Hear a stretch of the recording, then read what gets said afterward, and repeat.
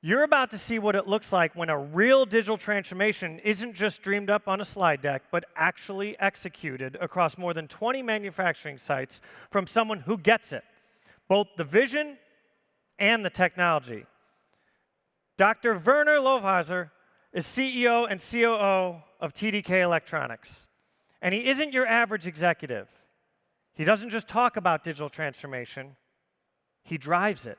Under his leadership, TDK went from a patchwork of digital maturity, think fax machines and Windows NT, to becoming global, people-centered, digitally empowered organization. What makes this story so compelling is how it trickles down in the organization from a sharp, ambitious top-level vision into real operational changes on the shop floor. And you're going to see cutting-edge examples, strategic clarity, and rollouts many of us can learn a lot from. And on a personal note, I've seen this presentation. He might be the only executive that I've met that can build a PowerPoint that's more animated and more advanced than mine, which really says something. So please welcome to the stage, Dr. Werner. Thank you, Jeff. Yeah, thank you very much, Jeff, for this nice introduction. I also would start with a recommendation. The agenda, don't worry, guys, is talking about, I have 90 minutes. It's not true. I only have 30 minutes. But maybe MES will do the job then. Yeah, you should utilize that, Francisco. Now, I want to talk about TDK's, our journey of digital transformation. But before I start with that, I am aware that this is now the most difficult time slot because after lunch, I need to keep you awake while you are digesting. And so I would like to get you a little bit into action here. So I start with a question. What have an iPhone and Netflix in common? Please, one suggestion at least I need to have. Any volunteer? Sorry, what was that? PPI. API. Well, no. I want to go about something else. You remember? Think back. That was actually the one and only cell phone manufacturer, Nokia, right? Blockbuster video rental.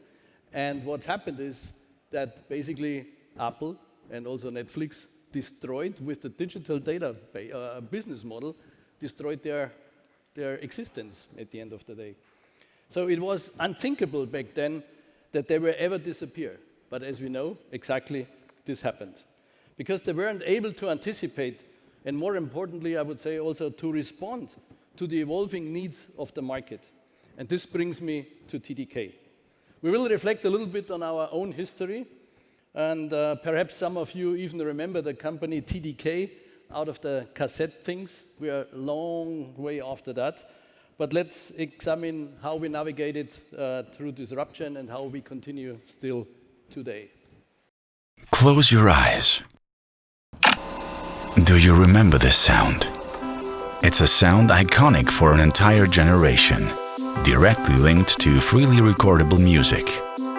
Today, our daily lives are surrounded by music everywhere. What is so natural now has all started with a mind-blowing invention. The Super Evelyn cassette tape, developed by TDK. The story begins in 1935 in Japan, where TDK started producing magnetic parts for electronics. In the 70s and 80s, based on this technology, TDK became the iconic #1 global brand for cassette tapes. Since then, TDK has become a world leader in electronic components.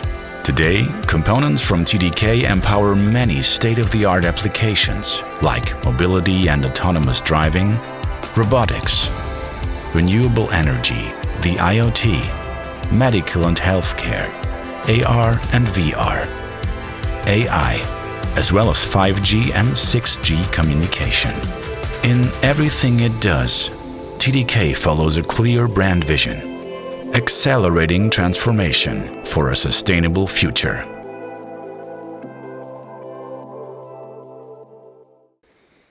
So I think we came a long way. Thank you. But I guess I tell you, still today, we are in a wide variety of the people known as the guys with the cassettes. I can tell you a little anecdote. I think that time we have.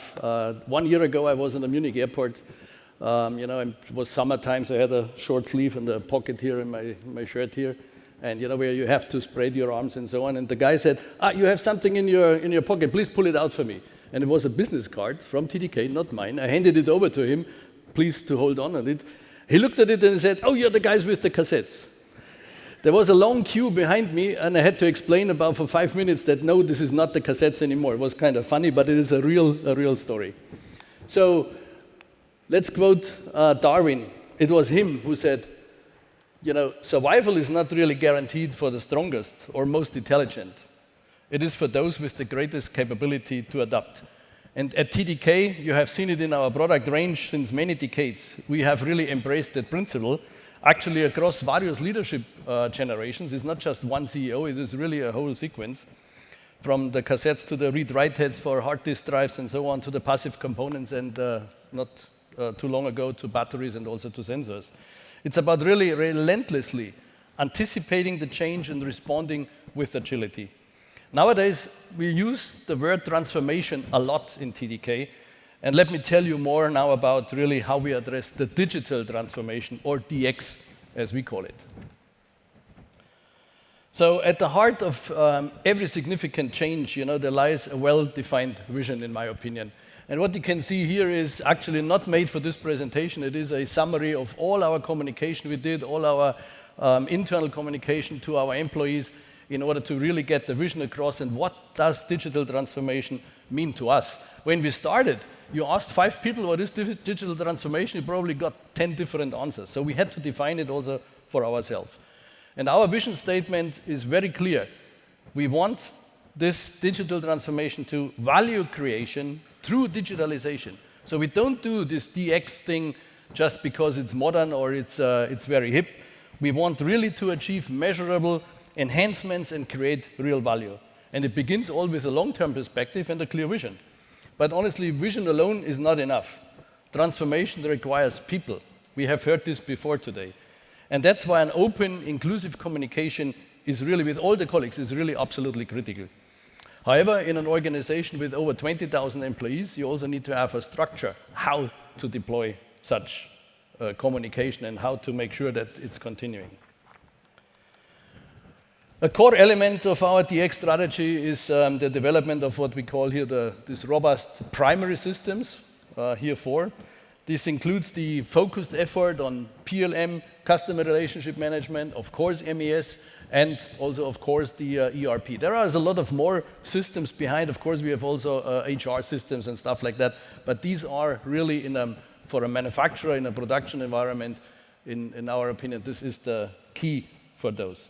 And let me focus on this product lifecycle management first.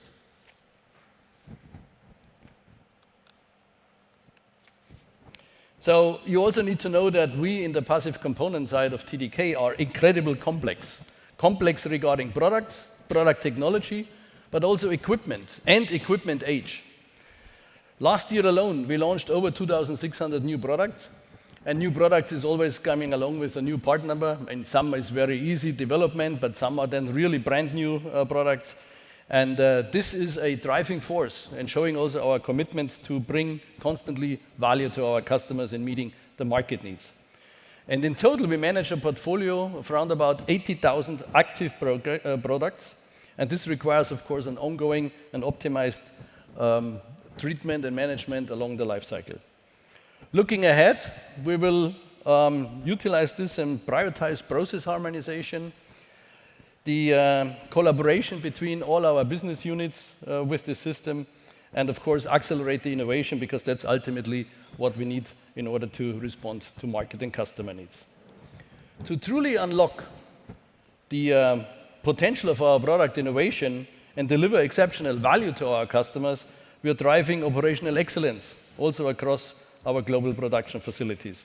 And a key component of this is, of course, our MES system here, which, guess what, is coming from critical manufacturing. Oops. Yeah. This is the problem if you do some stuff still analog. So it was said that we have this 20 worldwide global facilities on our scope and a broad spectrum of technology. Our organization supports a diverse product portfolio, as I mentioned, partly even tailor-made, in order to meet the customers across the industries. Most of it is, of course, commoditized in the passive components, but nevertheless, we have also very specific products for system parts. We initiated an enterprise-wide MES program designed to enforce standardized processes while also allowing controlled factory-specific flexibility. With our complexity, we have to do it. And implementing MES is for us really a major transformational initiative that also bridges various departments, IT, OT, manufacturing operations, just to name a few. And with our operations IT, we do have also, from an organization point of view, our own centralized MES team. Colleagues are even here today. And within our corporate operations IT, we do this, in order to support our factories on the rollout and the implementation phases, and also having an eye on standardized processes as much as we can. That brings me to a little more deeper dive into the MES system. We have selected critical manufacturing as a strategic partner, and we have a key focus, of course, on the functionalities out of the box. While we also have to have this TDK core, which is based on our common product framework, some stuff we have tailored to implement our own specific requirements, that allows us, at least in TDK, also to enforce a global standard.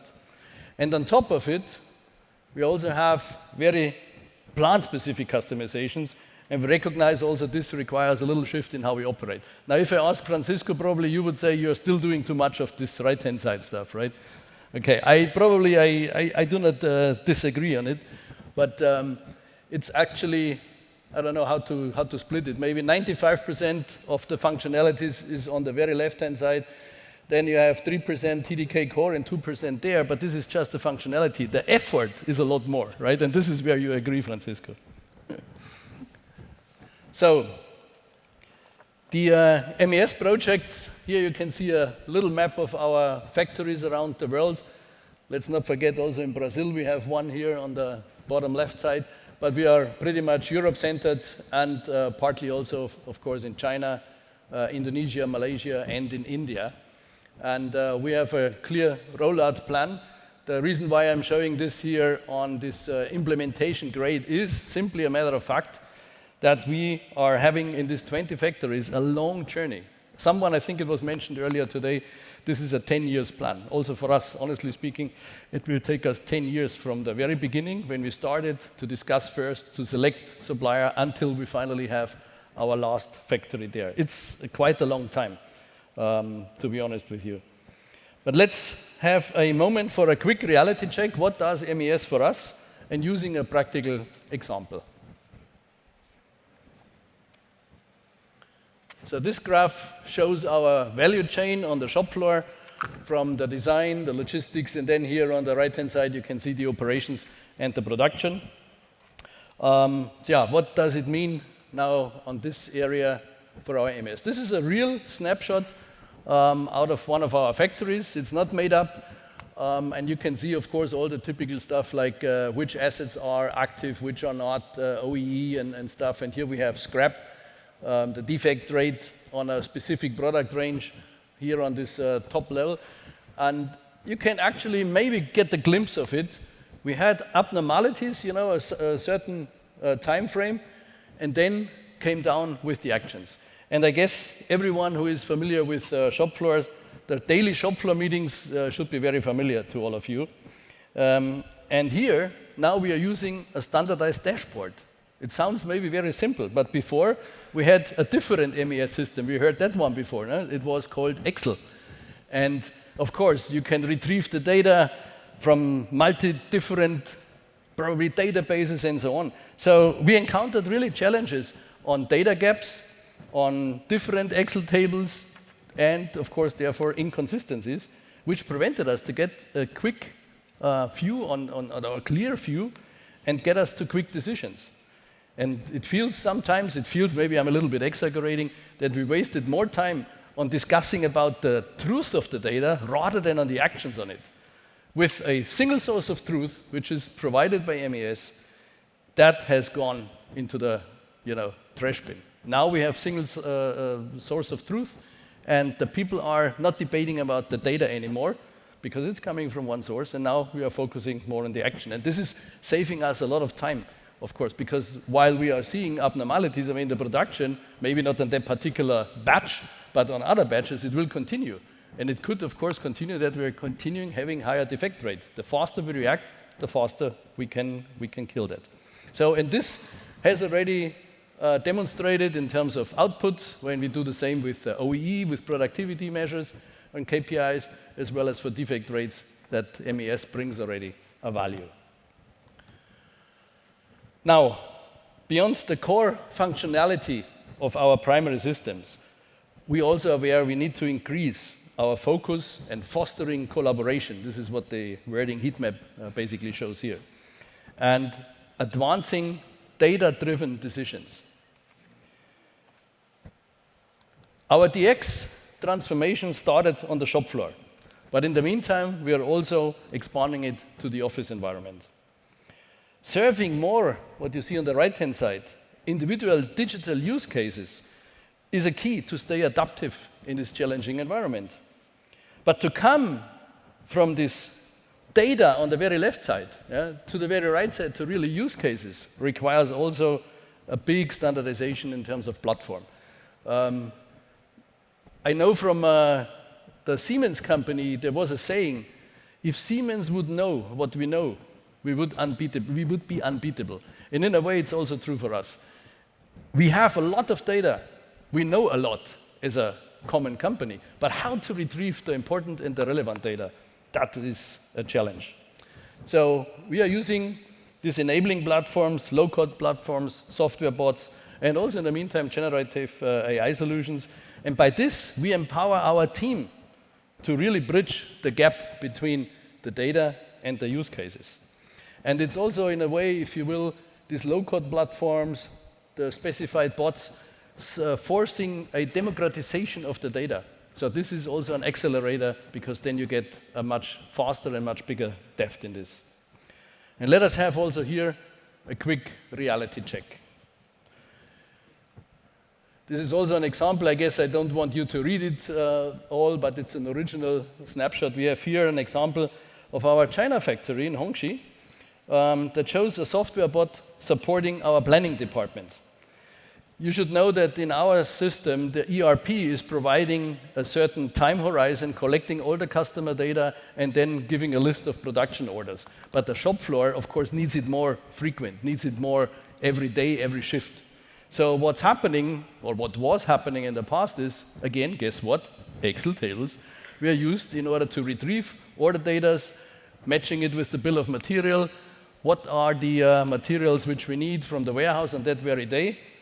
It was a time-consuming, standardized work. And this managing of this daily scheduling, actually, just to give you a number, in this factory, it's a pretty large factory, we have about 1,000 transfer orders every day from the warehouse to the shop floor over all the 3 shifts. And so with this bot, now it makes it all automatic and provides at least a very good and accurate proposal. And of course, there is still a human person who needs to check it off.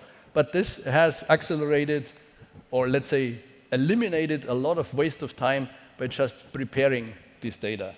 It's a small, in my opinion, it's a small example, but also it's not always about the big systems when we talk digital transformations, it's also the small stuff. Now, of course, we gotta talk about AI as well. We use AI on predictive use cases.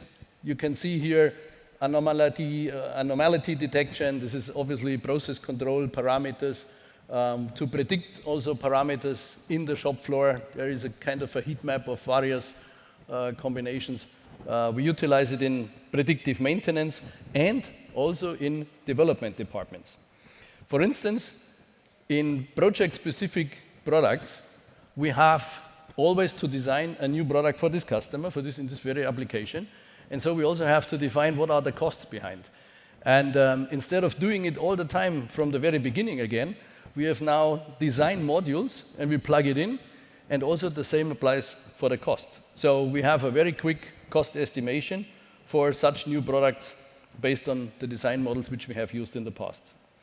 And this excitement, I would say, for these chatbots come, of course, by the rapid development of this technology. And we can only imagine how this would look like 5 years ago, 5 years in the future, and what kind of opportunities we can actually see coming. It's not only the technology development, but it's getting more open. Yeah? Open access, open AI maybe is the most known one, but the algorithms to a large extent are also open source. And this is also driving our digital transformation because we are utilizing it. The algorithm, the data, probably we have to keep in-house. This is clear. So we need to differentiate between the algorithms and then really the data. Let me show you also here a concrete example where it goes beyond the shop floor into the development.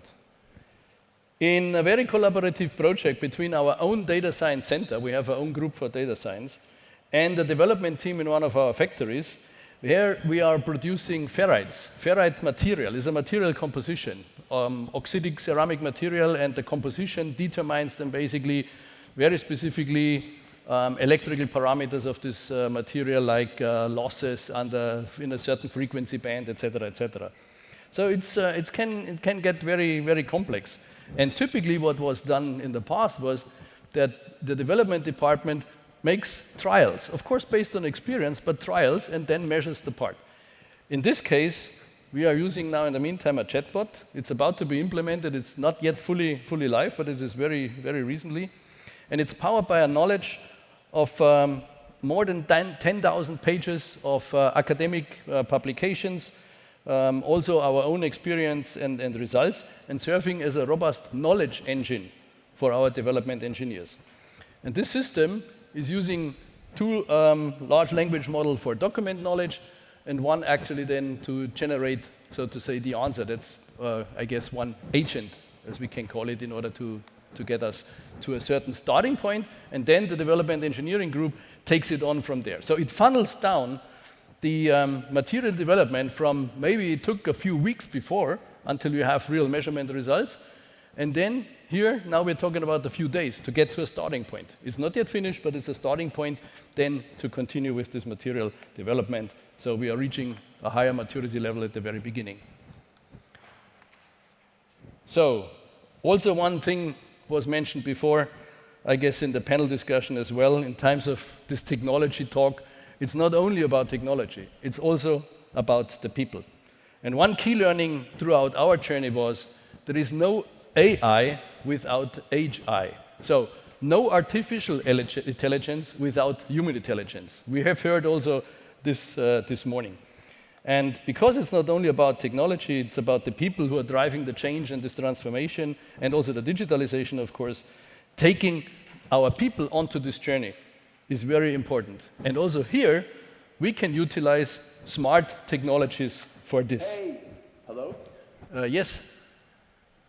Let me take over this part and explain what we do with artificial intelligence and avatars like me when it comes to training. Okay, go ahead. Thank you. Hi everyone, I am Werner Lohwasser's AI avatar, a super cool technology that makes it possible to speak to everyone in our company in any language, which is quite important with regard to training. Eu sei falar português. Nihongo mo hanasemasu. Und natürlich kann ich auch Deutsch, but it's not about me. It's about our people. At its core, the DX journey is about how we empower individuals to adapt, learn, and thrive in a world of constant change. Our mission remains to empower all employees from shop floor to management to use data to create value. Guided by 3 principles: active participation in digital transformation, systematic data use, and effective DX application usage, we introduced a training toolbox tailored to employee needs, including classroom sessions, digital learning, and coaching. And we are always on the lookout for new ways to reach our team members like our AI avatars, right, Werner? I will hand over to the real you now. Thank you very much.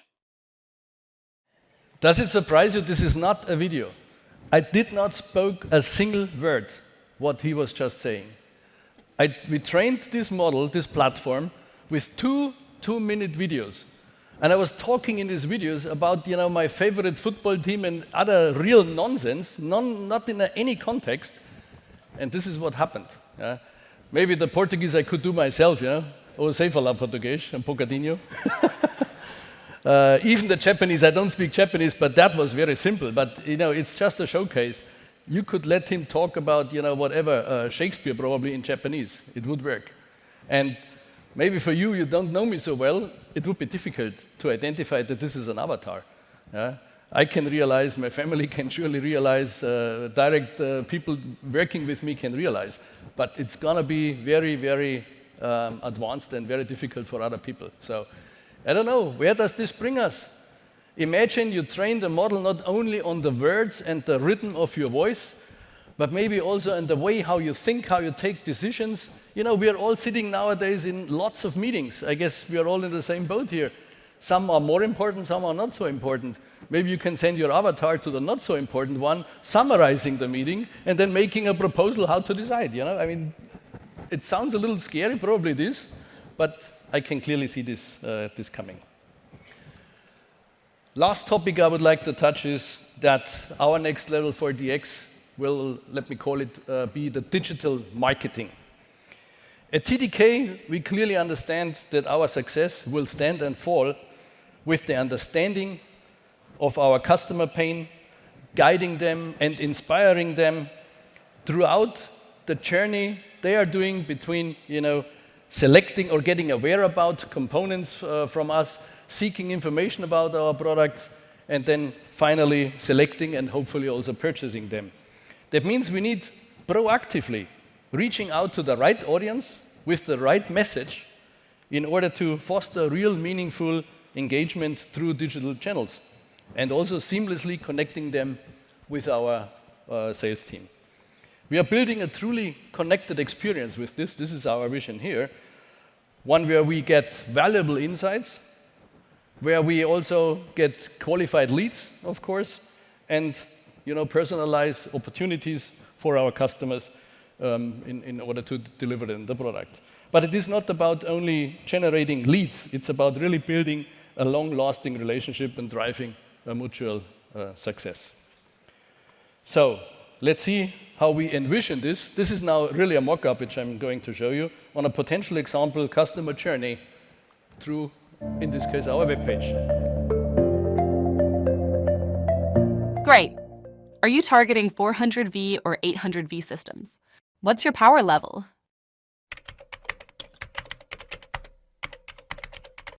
Thanks. Let me take you to the solution space for onboard charging. Feel free to explore the highlighted sections. Select the components you need. Would you like to download your full documentation or speak directly with one of our experts? Excellent. Let's get you connected with the right specialist. Your meeting is scheduled. You'll receive a confirmation email shortly. I'll be here if you need anything else. As I said, this is a mock-up. It's not yet existing, but hopefully I could get you a glimpse of how in the future we will have our digital marketing and guiding our customers through our process, in this case. We are getting maybe older, but our customers are getting younger. They are used to this kind of interfaces, so we need also to adapt to the way how we communicate. Now I'm coming to the end of my presentation, and on my final slide, I don't want to leave you with the impression that everything was rosy and pink. I also would like to get you, I could probably talk another hour on this, but what are the key learnings? And if you undergo such a transformation, either you have experienced the same thing, or maybe you get something new, I don't know, but I can only tell you my top 3 picks. This digital transformation can spark lighthouse projects. And in a way, it was also touched on the panel discussion. The showcases, the potential is nice, but at the end, the real progress depends on a strategic scaling and the rollout, and that requires a persistent commitment. Let not lose on this journey. We cannot leave it alone. This needs to be pushed forward and forward. Second, DX can transform operations and decision-making, but the success depends on the human leadership and the engagement. This was also touched in previous sessions here. And last but not least, DX and AI can also empower smarter decisions. But we cannot forget, we are all humans utilizing it, so it needs to be verified that we are really looking at the right data and so on, and it needs to be trusted by the people. And this human element we can also not underestimate. That brings me to my end. Thank you very much for your attention.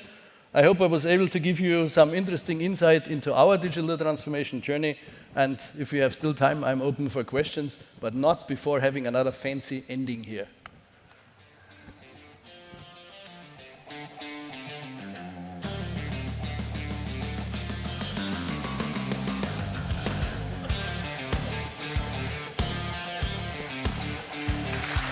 Thank you.